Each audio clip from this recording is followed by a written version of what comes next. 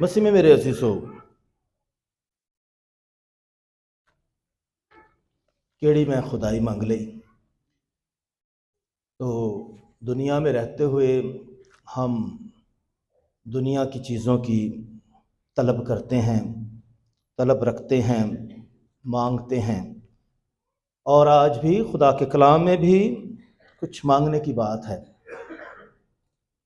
اور یہ دن جو ہیں خاص طور پر ہم خدا سے دنیاوی چیزوں ہی کی نہ طلب کریں بلکہ خدا سے روحانی چیزوں کو مانگیں، کیونکہ روحانی چیزیں ہی ہمیں سب کچھ مہیا کر سکتی ہیں۔ خدا جو ہمارے لیے اول درجے پر ہو، ہماری پرائیورٹیز کیا ہیں، ترجیحات کیا ہیں، ہماری ترتیب کیا ہے۔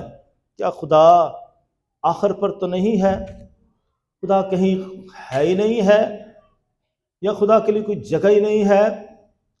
اور مسیح میرے عزیزو، یہ خاص ایام ہیں تاکہ ہم بھرپور طریقے سے خداوند کے پاس آئیں۔ خدا ہمیں بلاتا ہے، وہ ہمیں دعوت دیتا ہے تاکہ ہم اس کا فضل پائیں، نجات پائیں۔ اور خاص یہ ایام ہیں، آمد کے ایام، اور جیسے کہ آج آمد کا چوتھا اتوار ہے، اور اس سے پہلے تیسرا اتوار جو تھا وہ خوشی کا تھا، اور یہ اتوار جو ہے امن کا ہے۔ اور امن جو ہے کیسے آ سکتا ہے؟ کیا ہر شخص مطمئن ہے اپنی زندگی کے ساتھ؟ میرا نہیں خیال کہ ہر شخص جو ہے بالکل کمفرٹیبل ہے۔ ہو سکتا ہے آپ کمفرٹیبل ہوں اپنے کمفرٹیبل زون میں، اپنے گھر میں، کہ بس یہاں سب کچھ ہے، اور جب میرا دل کرے گا میں خدا کو یاد کروں گا، یا صرف تھوڑا سا گھر میں یا بستر پر ہی یا کمرے میں ہی۔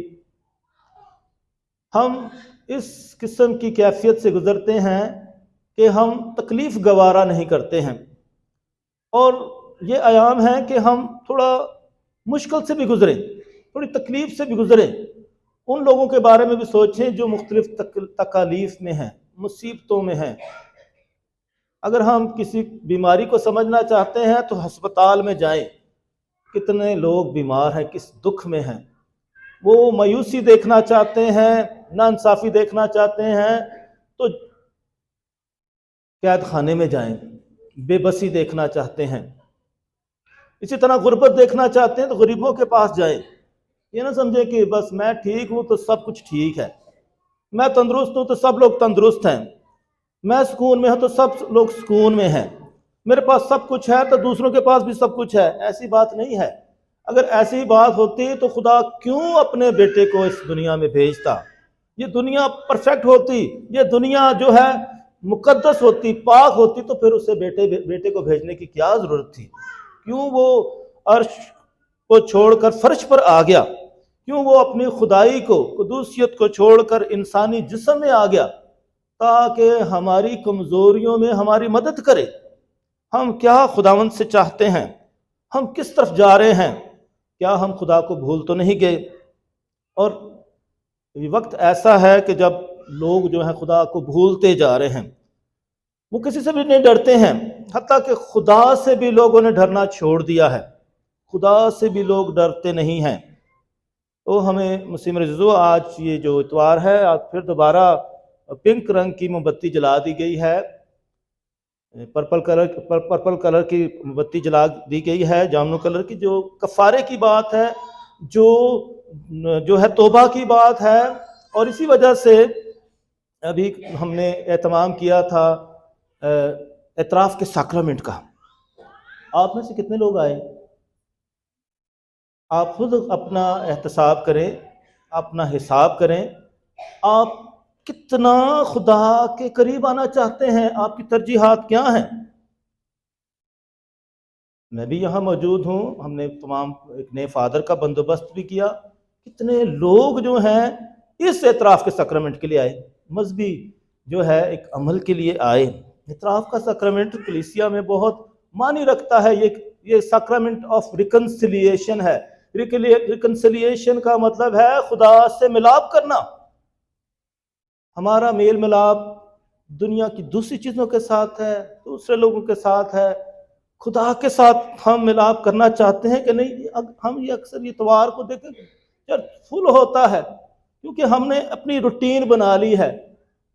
اتنے بجے ٹرین چلتی ہے تو اتنے بس ٹرین میں ہم نے جانا ہے. ٹرین تو جا ہی رہی ہے، صرف ٹرین ہی نہیں جا رہی ہے ایک جگہ سے دوسری جگہ، یہاں اور بھی ٹریفکس ہیں، اور بھی جو ہے وہیکلس ہیں، اور بھی ذریعے ہیں جگہ تک پہنچنے کے.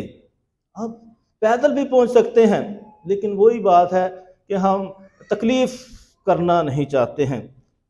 جو ہے king Martin, Luther Martin senior کہتا ہے، وہ کہتا ہے، ایک بڑا لیڈر تھا، اور اس نے کہا کہ اگر خدا آپ کو بلائے تو اڑ کر آ جاؤ، اگر اڑ نہیں سکتے تو پھر دوڑنا شروع کر دو، اور اگر دوڑ نہیں سکتے ہو تو چلنا شروع کر دو، اور اگر چل نہیں سکتے ہو تو رینگ رینگ کر آ جاؤ.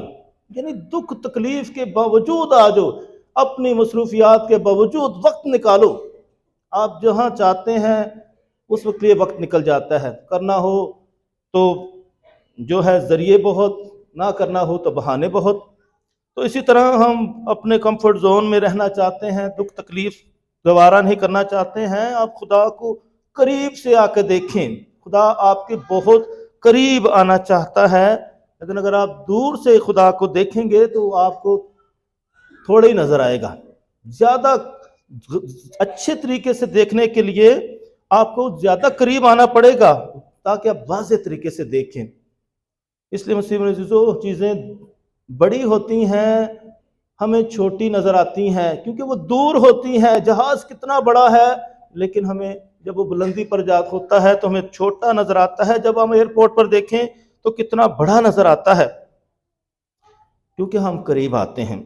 اس لیے مسیح عزیزو، قریب جب آتے ہیں، آئینے میں بھی آپ دور سے اپنے آپ کو دیکھتے ہیں، آپ کو اپنے نقص نظر نہیں آتے ہیں. جب آپ بالکل آئینے کے قریب چلے جاتے ہیں تو آپ کو پتہ چلتا ہے کہ آپ کے کتنے نقص ہیں، کتنا آپ کو بیوٹی پارلر کی ضرورت ہے، کتنا آپ کو اپنی صحت کی ضرورت ہے، کتنے آپ میں اندر کمزوریاں ہیں، کتنی آپ میں بہتری کی ضرورت ہے. اس لیے خدا جو ہے ہمیں چاہتا ہے کہ ہم اس کے قریب آئیں اور اسے مانگیں، اور خدا ہمیں سب کچھ دینے کے لیے تیار ہے. مسیح عزیزو،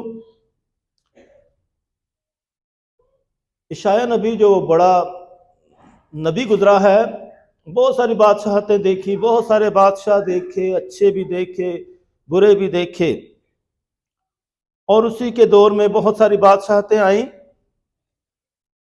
اور اس وقت تقریباً 734 سے 735 قبل از مسیح میں اسرائیل اور ارام کے بادشاہوں نے مل کر یہودا پر حملہ کرنے کی ٹھانی. کیونکہ ایک طرف اسرائیلی حکومت تھی، وہ تو تباہ و برباد ہو چکی تھی اسیر نے، اس کے بعد یہودا کی حکومت رہ چکی تھی، اور پھر اس وقت جو ہے کچھ بادشاہتیں مل کر جو ہیں یہودا کی سلطنت پر حملہ کرنا چاہتی تھیں، اور انہوں نے جو ہے دوسرے بادشاہوں سے مدد مانگی کہ دوسرے ان کی مدد کریں تاکہ یہ اپنے آپ کو بچا سکیں. اور اس وقت عشایہ نبی، کیونکہ بادشاہوں کو ہدایت بھی کرتے تھے، ان کی اصلاح بھی کرتے تھے، تو بادشاہ جو تھے وہ نبیوں سے ڈرتے تھے کہ نبی جو خدا کے بہت قریب ہیں. اور اس وقت عشایہ نبی نے اخز بادشاہ سے کہا، جو یہودا کا بادشاہ تھا، کہ وہ بچنے کے لیے خدا پر بھروسہ رکھے. تاہم اخز بادشاہ نے خدا کے معجزانہ نشان کو قبول کرنے سے انکار کر دیا. وہ خدا کی بجائے دوسرے لوگوں سے مدد مانگتا تھا، خدا پر بھروسہ نہیں رکھتا تھا، اور اس کے بجائے مدد کے لیے اس اسور کی طرف دیکھنے لگا. عشایہ نبی نے بادشاہ کے ایمان کی کمی کو چیلنج کیا اور خدا کے دیے ہوئے نشان کی نبوت کی. ایک ایسا نشان جو داؤد یہودا کی قوم کے پورے گھرانے کے لیے تھا کہ کنواری سے پیدائش کا نشان، کنواری سے بیٹا پیدا ہوگا۔ اور یہ نشان جو تھا، اس نے کہا کہ مانگ، خدا سے کوئی نشان مانگ۔ اور پھر یہی بادشاہ ایمان لے آیا کہ میں خدا کو نہیں آزماؤں گا، خدا سے کوئی نشان نہیں مانگو، لیکن اس نے کہا نہیں، نشان مانگ، مجھے نشان کی ضرورت ہے، تو نشان چاہتا ہے، تو نشان کے بغیر جو ہے ٹھیک نہیں ہو سکتا۔ تو پھر اشعیاء نبی نے پیشن گوئی کی تھی کہ کنواری سے بیٹا پیدا ہوگا، کسی گنہگار سے نہیں، کنواری سے۔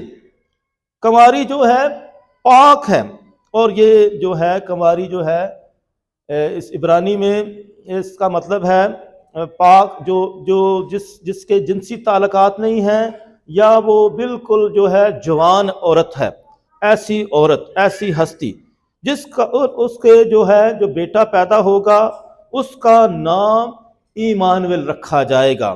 اب اشعیاء نبی کے بارے میں بتایا جاتا ہے کہ اس کی شادی ہوئی تھی اور اس کے 3 بیٹوں کے بارے میں بتایا جاتا ہے۔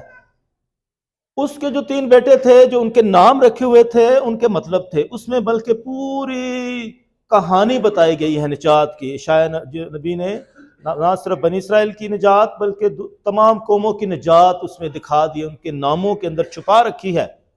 تو پہلے بیٹے کا جو نام رکھا، اس کا مطلب تھا کہ جو ہے یہ بکھر جائیں گے، تتر بتر ہو جائیں گے، اور ایسا ہی ہوا، بنی اسرائیل بکھر گئے۔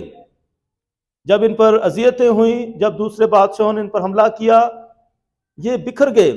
ان کو جو اسیری میں لے کر چلے گئے، یہ بابل کی اسیری میں بکھر گئے۔ اور یہ ابھی بھی یہی بات ہے، یہ تمام اسرائیل جو ہے، یہودی جو ہیں بکھرے ہوئے ہیں، امریکہ میں ہے، جو ہے بہت دنیا کے تقریباً سارے ممالک میں پائے جاتے ہیں، بکھرے ہوئے ہیں کہ یہ بکھر جائیں گے، بکھرے ہوئے ہیں۔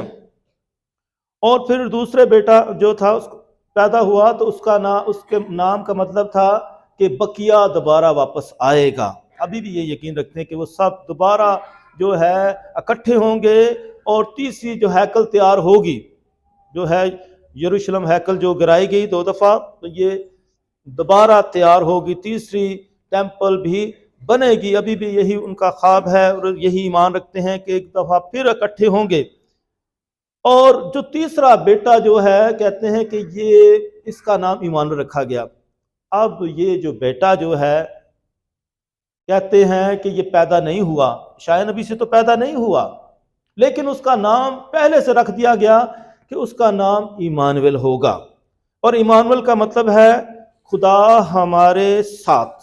اب ساتھ تھا، ساتھ ہے، ساتھ ہوگا، یہ ساری باتیں آ سکتی ہیں۔ یعنی ہر زمانے کے لیے یہ بات تھی کہ خدا تمہارے ساتھ ہے، خدا تمہاری حفاظت کرتا ہے، خدا تمہیں بچائے گا، اس لیے اس پر بھروسہ رکھو۔